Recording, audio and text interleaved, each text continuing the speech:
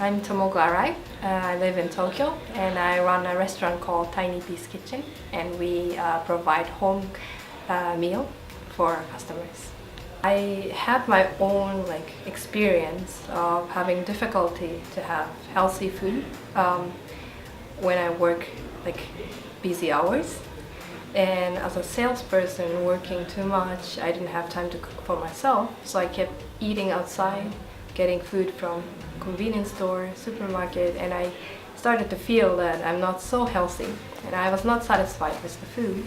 So I thought that maybe that kind of problem of facing occurring to many people. That's why I decided that I want to provide a food that I want to eat every day.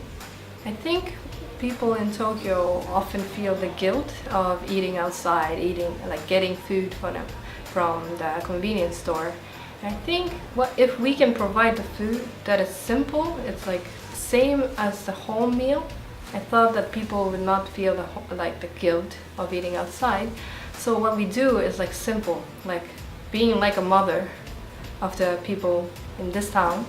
So we do basically the same thing as mothers. We get the ingredients and also we cook it simple, and we try to make it healthy, good balance, not too salty, not too oily.